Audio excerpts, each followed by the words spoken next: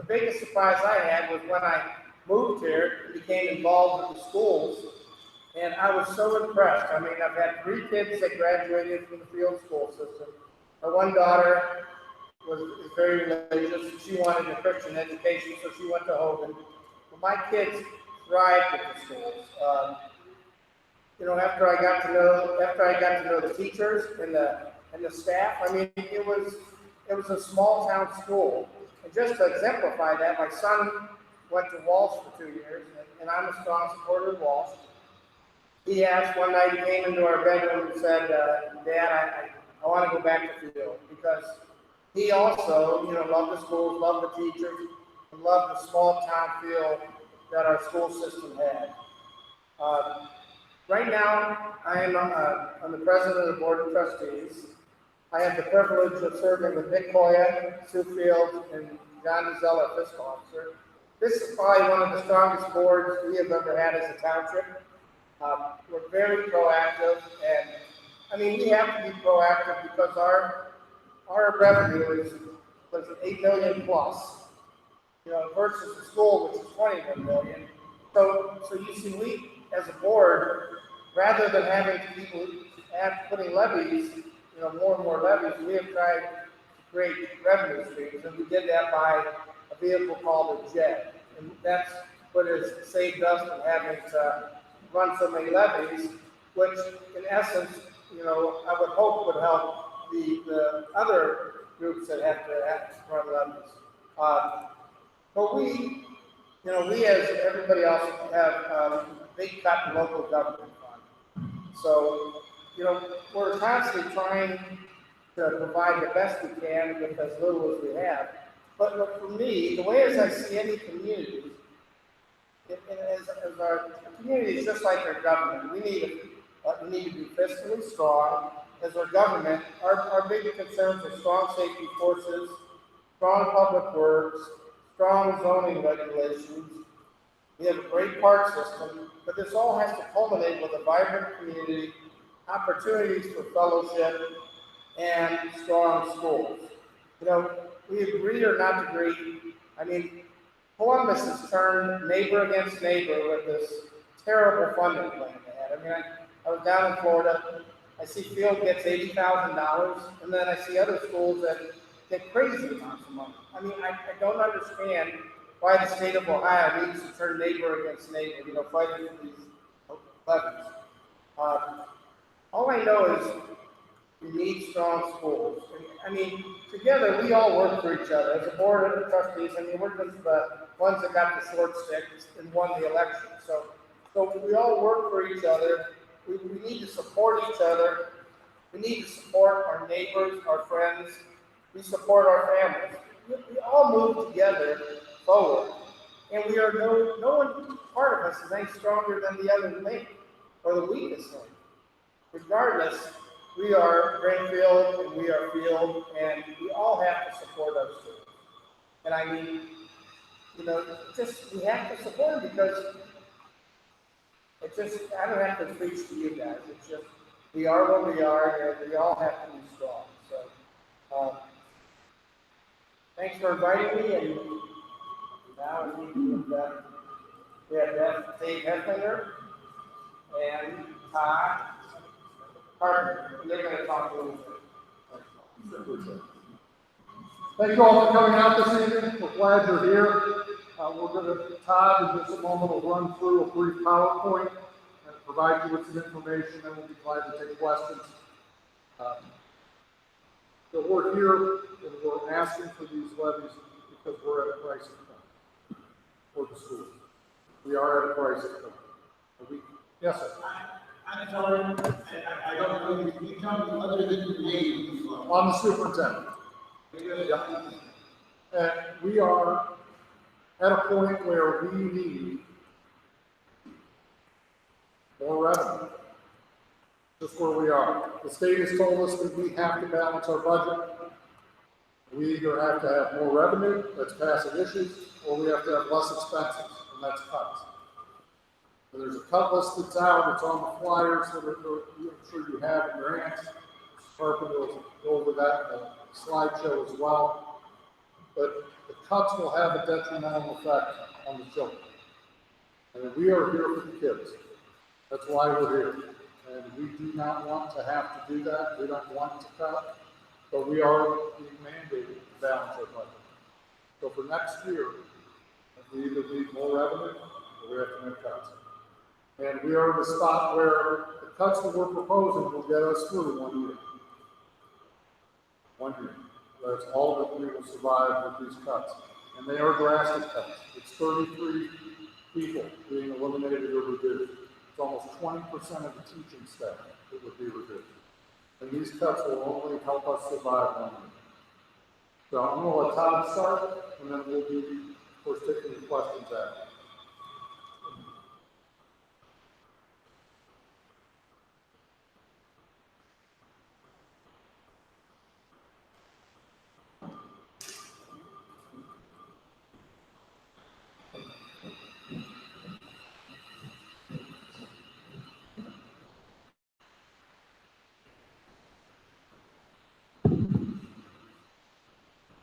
Good evening, thanks for coming out tonight. So my name is Todd Carpenter, I'm the treasurer for the school district. So again, thanks for coming out tonight. Run through a brief PowerPoint for you, and then we'll open it up for questions and answers.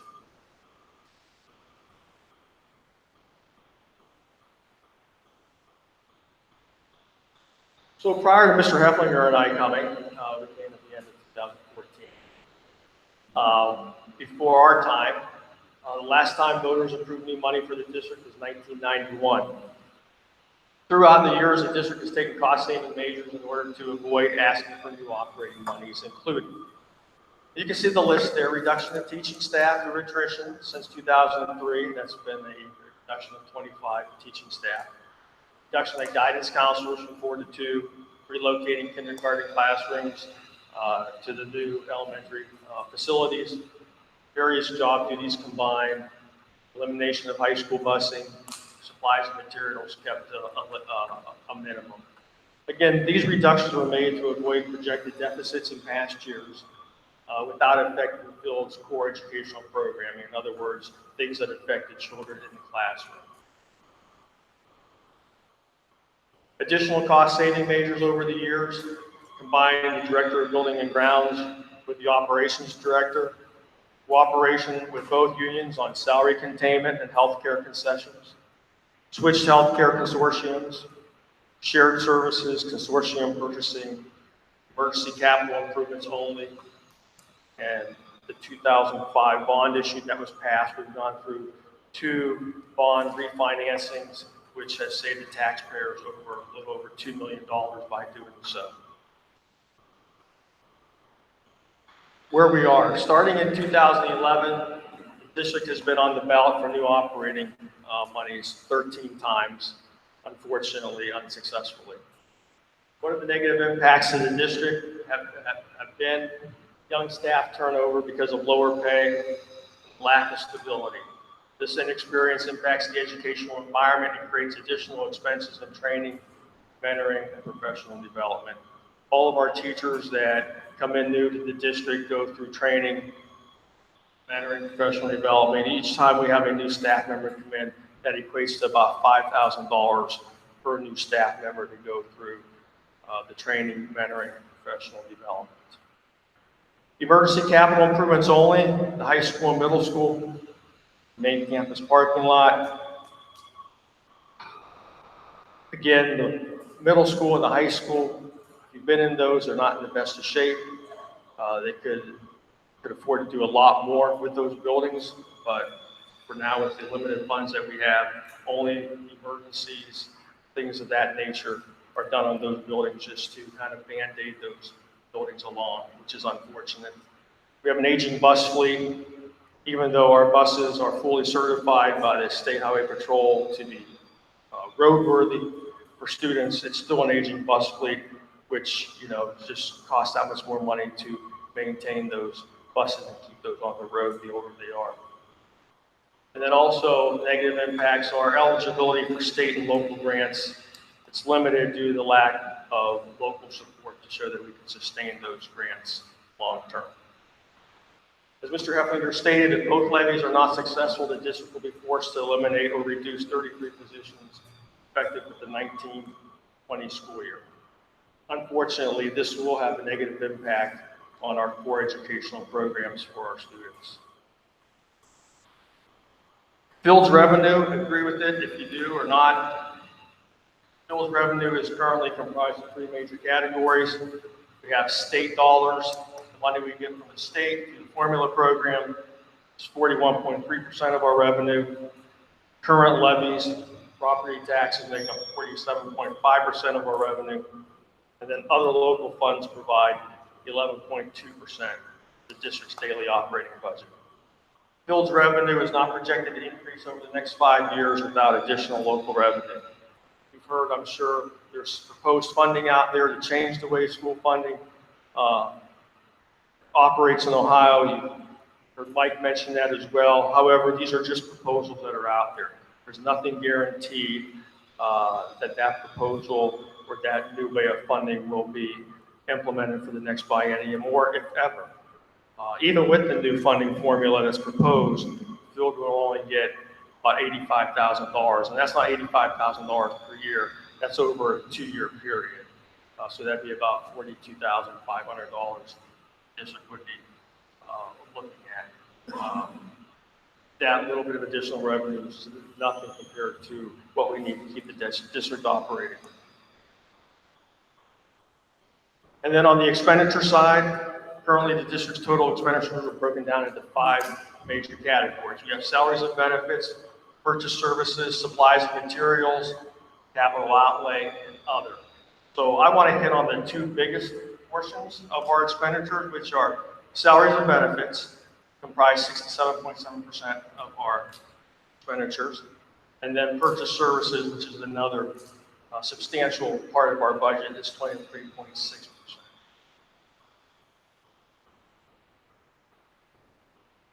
So just to go along with teacher salaries and benefits, schools are a service-oriented business. It takes people, it takes teachers, it takes maintenance people to keep the school operating. But as you can see, our average teacher salary is in the bottom third of the county. So, you know, when people say, well, you need to trim your budget, you're wasting money, so forth and so forth. Yes, you know, we do try to watch for every dollar spent. But by the same token, you can see where our teachers rank in the county compared to other districts. And again, as I mentioned before, our unions have been very cognizant of our financial position over the years. This is just another slide to show you that, again, the teachers have been cognizant since 2010-11. That's the historical base raises for our teaching staff.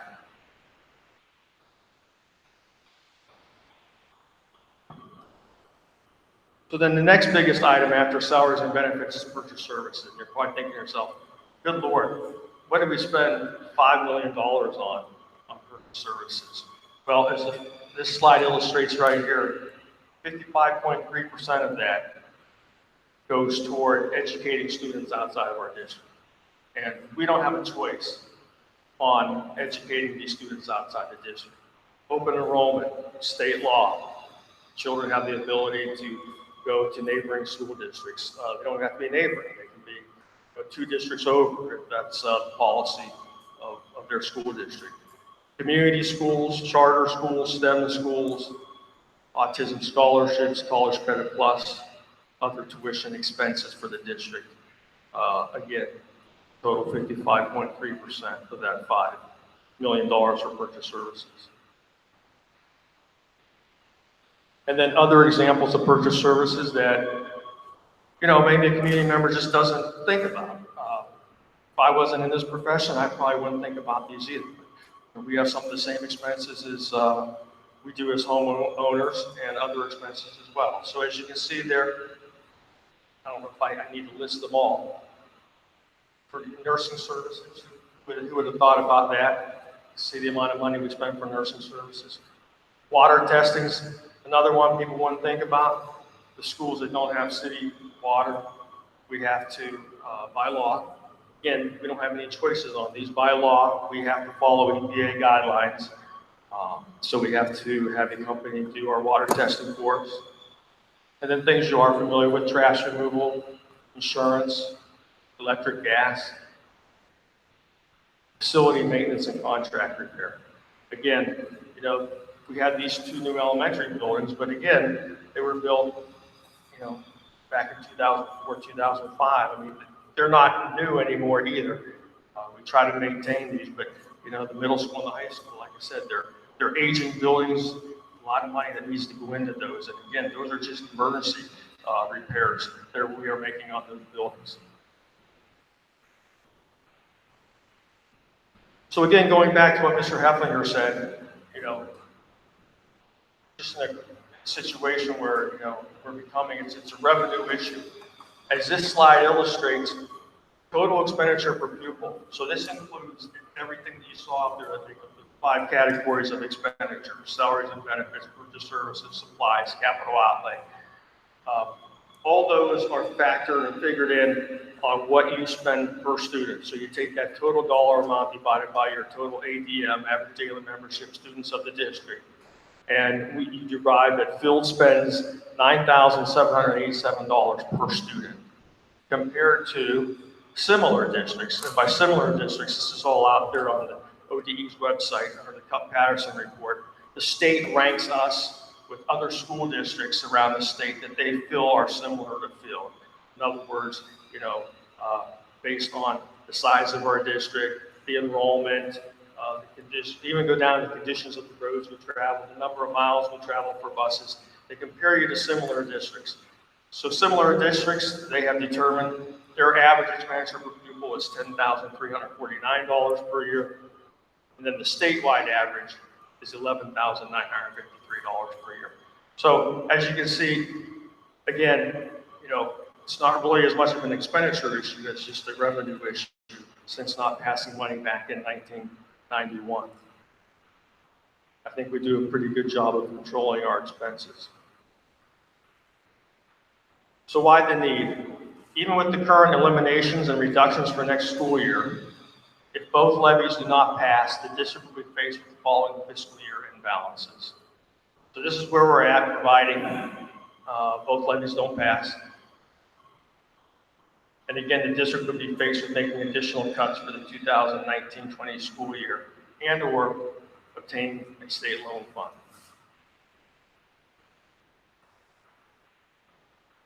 So what we're looking for on May 7th is the request for the renewal, 7.3 mil, 5-year levy. Again, that would not be taxes, those are taxes that you're already paying. And then the new 11.75 mil levy, 5 years, which we project to get the district through 2024 while providing the current level of education, provided there aren't any more state reductions or unfunded mandates. And then the new operating levy, as we put in previous publications, costs the owner of a home $411 per year based on a $100,000 home valuation. Again, why Field needs a levy? Passing both levies will allow Field to maintain its excellent educational programs and services, which include maintaining lower class sizes, textbooks, and other instructional materials and technology. Passing the permanent improvement will allow Field to renovate the main campus parking lot, provided there aren't any other emergency extenuating circumstances. And this levy will allow the district to grow in the right direction. Thank you for your support, and again, thank you for your time coming out tonight. And again, we'll open up to questions and answers. I want to address one thing if I can first. You know, there are people who talk about, let's just wait, the state will come in and save us. The state's going to come bail us out. The state's going to give us all this money. I can tell you that we've met with the state. The state is going to do everything possible to keep us out of fiscal emergency. The state is going to force us to continue to cut. We were told very clearly that the cuts we submitted for next year to balance the budget levies are not successful. They said if they are not successful in May, they aren't successful in November, we will be back to talk to you about where else you're cutting. They did not say we're going to come open up the checkbook and help you out. They said you will make more cuts. It was made very clear, we asked the question, we were told this is a local problem. This is not the state's problem. It's a local problem. That's their perspective in Columbus on this. And that's the perspective we have to live with. So we have to solve the problem locally. The state is not going to come and solve it for us. Questions?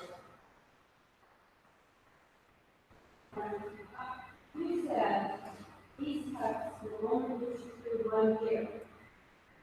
Do you that? Well, then, as I said, the state will either require we make more cuts. No, but these cuts will only reach through 1 year. Are they that much money then? No, these get us through 1 year if nothing passes. If the levies pass, we don't have to make the cuts. What if the rule of the passes and the All the cuts are made and it gets us through 1 year. The cuts were made assuming the renewal passed, the state assumes the renewal passed. We were told the last time that when the levy came off, that if the levy didn't pass, that we would be under state emergency fiscal watch.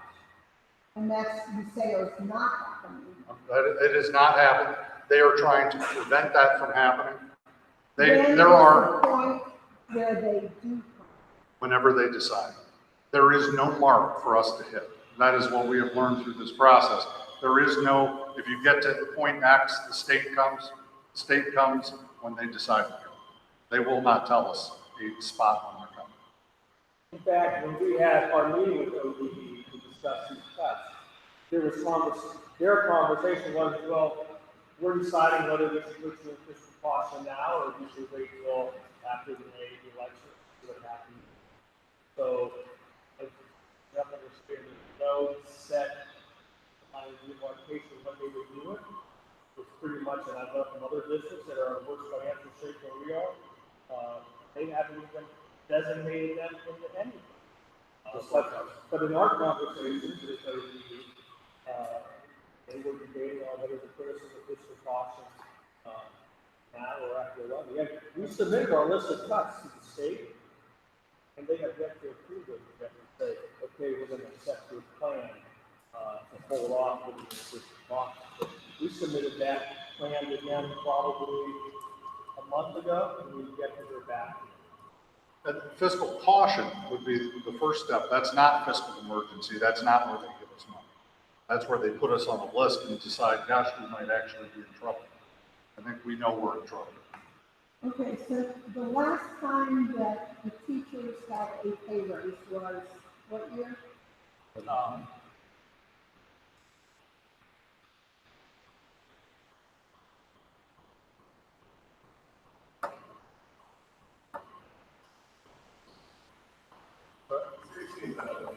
16, 17. 16, 17. And the last time 15, administration 16, and 16, 17. got a pay raise was the same year? Administration side. And when is their contract due again? Teachers contract? Yeah, everybody's contract. How many contracts are we looking at? 2 or 3? Well, there's 2 unions 2 unions, okay. When are their contracts due? this year, this summer. Okay. So if the levy passes, how much of that goes to administrative pay raises? Same percentage that might go toward Teacher pay raise. next Or anyone else? administration raise for the board of education. Oh, I know So that. that's not up for Mr. Heffenberg to decide Oh, how I know much that for a we fact. get paid. That's something the board of I know education. that for a fact. We have an AS board for our superintendent. Just, you have it lumped together as far as how many cuts you gotta make and how much the deficit would be. And you purposely lump it together, because if the renewal passes, what is the difference? If the renewal passes, but the new doesn't, it'll take that $900,000 deficit at the end of 1920, and we should be around $400,000 passes. In the positive, you get to the end of next fiscal year. With the cuts? Well, thing is, how will that reflect the tax thing? If the renewal passes and the other one doesn't? We're still making the cuts regardless. What? We're still making the cuts regardless, because $400,000 doesn't get you very far. It doesn't give you very much cushion when you're running a $20 million organization.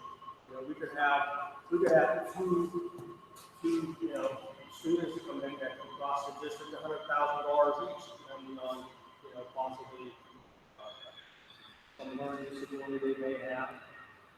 There could be emergency facilities repair that could very quickly go to that $400,000, carryover balance at the end of next fiscal year. Also with open enrollment, with the community realizing that maybe, Phil's one consultant, they would like to see it, they might, decide to send their kids, to, other districts, around the area through open enrollment. And you saw what those figures were. So $400,000 isn't very much, cushion when you're running a $20 million operation. It's kind of pretty tight. You saying the 7.3 only brings in 400,000? No, I said the 7.3 would take our negative $900,000 deficit. And if we pass the 7.3, it would give us a $400,000 positive balance at the end of school year 20. Then why would you have to make the cut? Well, that's included in the cuts. So if the renewal passes, we still make the cuts, and we end up at that point with about a $400,000 cushion. According to the website, past 4 years, lost by over, but that their revenue is actually Revenues do increase, the revenues just aren't keeping up with the expenditure but of the the district. loss almost a fourth of the students would not, or the loss altogether down. No, not necessarily, because you have economies of scale. So whether you have 30 kids in a classroom or you have 25 kids in a classroom, you still need to keep the building the same. You still need to hire the teacher. Still, the only thing you might save on it may be some instructional materials and supplies, but your overall overhead costs, are still, you still have to, building like facilities and that. Years ago, my understanding is the community chose neighborhood elementaries. They did not want grade level buildings or one big central elementary. Neighborhood elementaries cost more to run because you lose the economy of scale of saying, well, if we combined all the second graders in the district, maybe we could cut a teacher, but because they're in two different buildings, we can't.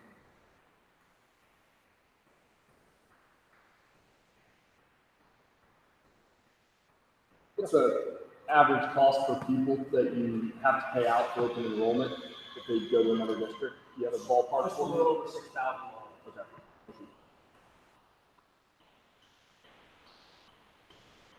Any other questions? Oh, sure. Yeah. You said that the teachers got their last raise in 17. 16, Correct. 17. 15, 16, 16, 17. 15, 16, and 16, 17. There's a 2-year contract. And you said that the administration, their last raise was at the same time? Yes.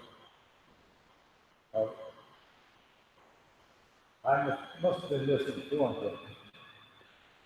But my understanding was that you and the treasurer both got raises since then. We got steps built in our contract, just like the teachers have steps built in. Our contracts are individual contracts. The rest of the administration in the district are tied with the teachers. And every time the contract is renewed or settled, you get another pay raise along with theirs? No, My understanding is your contract is 100% increase every year. correct. And you say that you're not. Yeah, as I said, our contracts are individual funded. The rest of the administrators are tied into what the teachers. But I do not get that amount on top of that 1%. But you get 1% I a year. get 1%, yeah. That's it. Just to be clear, if everything did advance, and the state decided to pay for it, all I've read, that's really not a good thing. From then on, we had no say in what we wanted to do. Well, yes and no. The state will take over final approval of every purchase, no matter how small, is what we understand. So everything will certainly slow things down because everything that we do will have to be first approved here, then approved in Columbus for any expenditures. But it's not like they at home and they're first giving money to make everything. They do not. They would give us a loan, and that loan would have to be paid back within 2 years. And they, as I said, they have told us that we would, before they would consider loaning us money, they would require that we have satisfied them that we cannot make any more cuts. So once, the state does get involved in loans at that point, that's paid back, I would assume, that we have to pass a levy at some point. Have to pass an even bigger levy to cover our current expenses and pay back everything the state gives us. But then, at that, because the levy is going to continue to grow, at that point, what happens? We can pay. I can't answer that. It's never happened at all. There are states that have gone into the loan program. They have eventually all passed much larger levies to pay their loan. Right now, this is the lowest levy we're going to see. This is the lowest. Yes. Yep, absolutely. I think Little Miami passed about 13, Miami passed 13 to 11.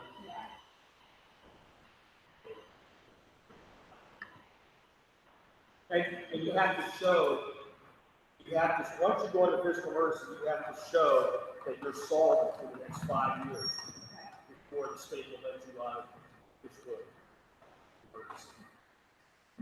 Yes, when Brimfield entered into the jet, and they built all the Walmart, the poles and all that. Now they're building across the street. That's all part of the jet. What does the school get from that area? So we got a little over $400,000 a year through the Walmart polls. From the golf course Maple Crest, I think we're slated, when it's complete, maybe another $250,000 to $289,000. That's not complete. But I just want to mention something else too, that I didn't mention in my slide, we've gone many years reducing, as you see, what we've done to get out this far.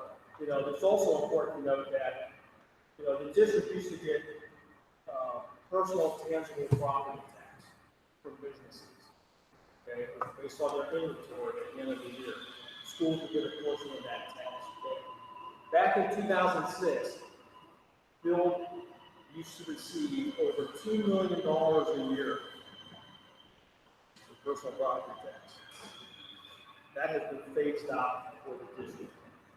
So that was $2 million we were getting a year that just disappeared under this district. You take $2 million out of anybody's budget and be able to continue to provide what we have, the education that we provide, not passing the levy since 1991. I think the district's done a pretty good job of keeping the district going up until this point. I don't know if anybody can sustain $2 million that we yanked out from under and being able to adjust and continue to keep going as long as we have. And that phase out was done statewide, correct?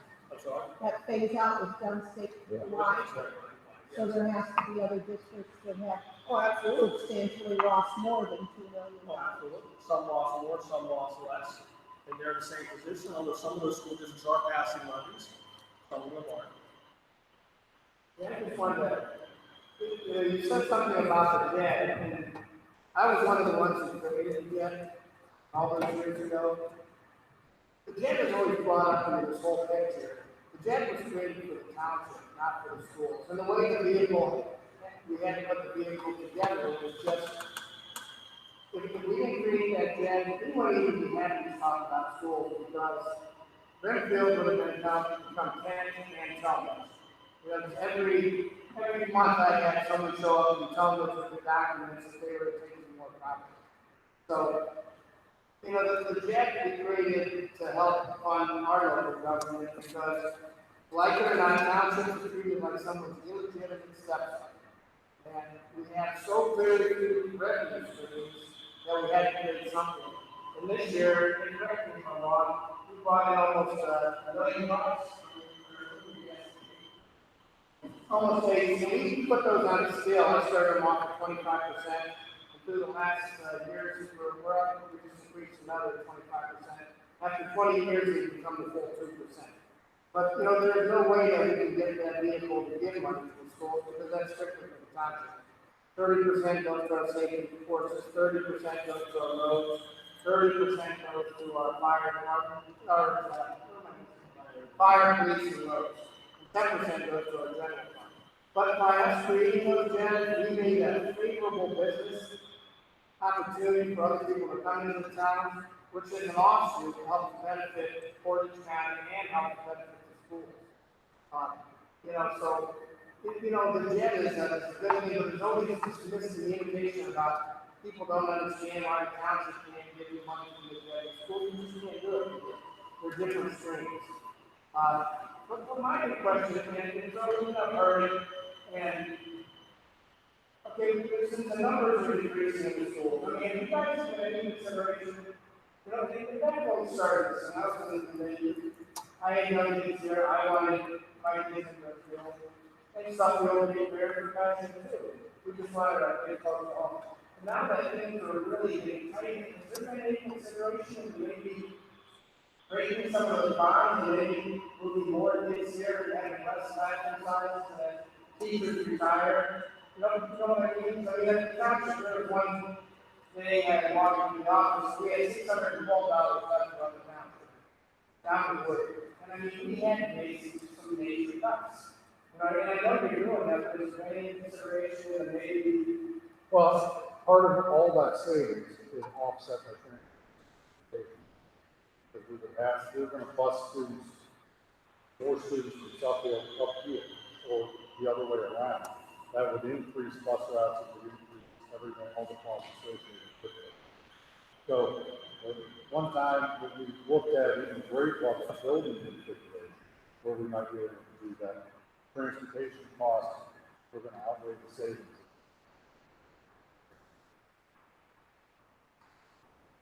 I didn't understand what Mike was.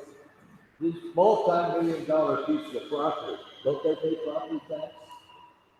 Everybody pays property. What? Everybody pays property. But what happens is, when before Walmart put the that farm was owned by Rick. And it was valued as a farm value. But as you started cutting into the land, excavating, putting in foundations, your property value went up and up and up. And that's what generates more money. Now, Portage County, I mean, they love us because of all the money that our retail development is putting into their pockets. But as the property value, you guys can see it. I mean, the increase, that's where some of the extra money.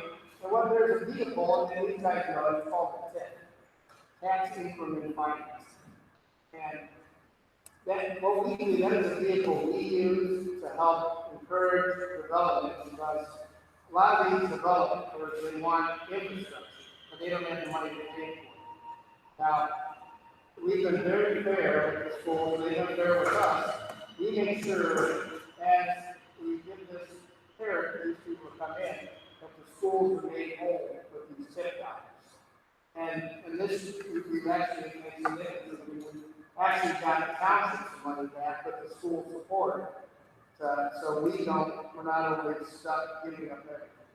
So there are vehicles, and we, as a township, we try to support the schools, whether we do our truck and self-solvent because we realize that regardless if we how we support each other. We do support each other because it's all for the kids. I hate to say it, but we are one big community. You know, so I mean, we might not agree on how we have to get things done, but Lord knows, somehow we gotta get something done somewhere. But then again, those properties are abated, so we don't see the full value. We don't see the full value from, what they pay in taxes because they're abated. That gives them the incentive to come and, build our school district. But when he first said, so I took the understanding though that we didn't get anything from the all that development, Walmart and everything.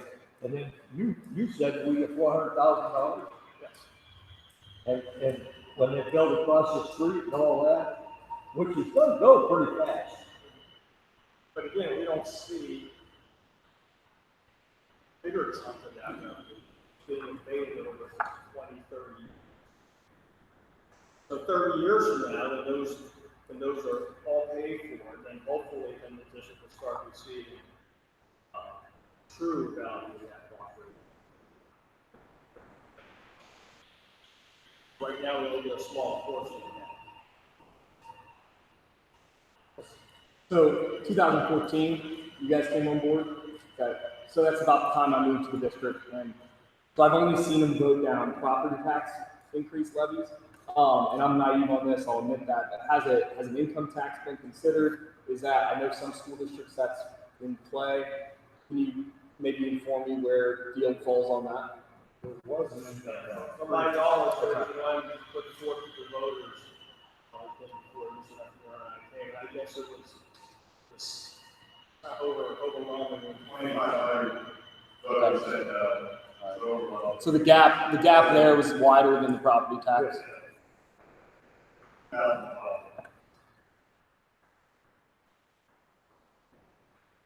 Well, we thank you for coming out tonight to the show. Oh, I'm sorry. I'm very new to Brimfield, or 2 months ago. I'm just curious, as far as, and one reason why we moved was because of the schools. It has one of the better ratings in this whole area, so that's the reason why we chose Brimfield. What's the pulse in the community as far as like, feel positive or not quite know yet? I'm just kind of curious, like, how do we feel like it's going to shake out? You know, we talk to people, we get different perspectives. It's always hard to judge before Election Day. We're certainly remaining very hopeful.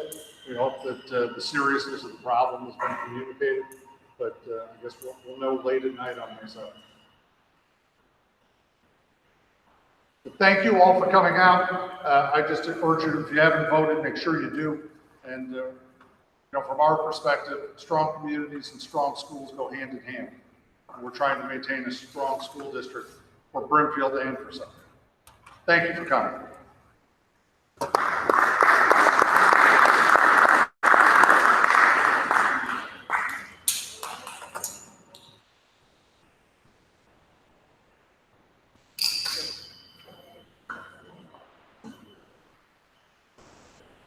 Huh?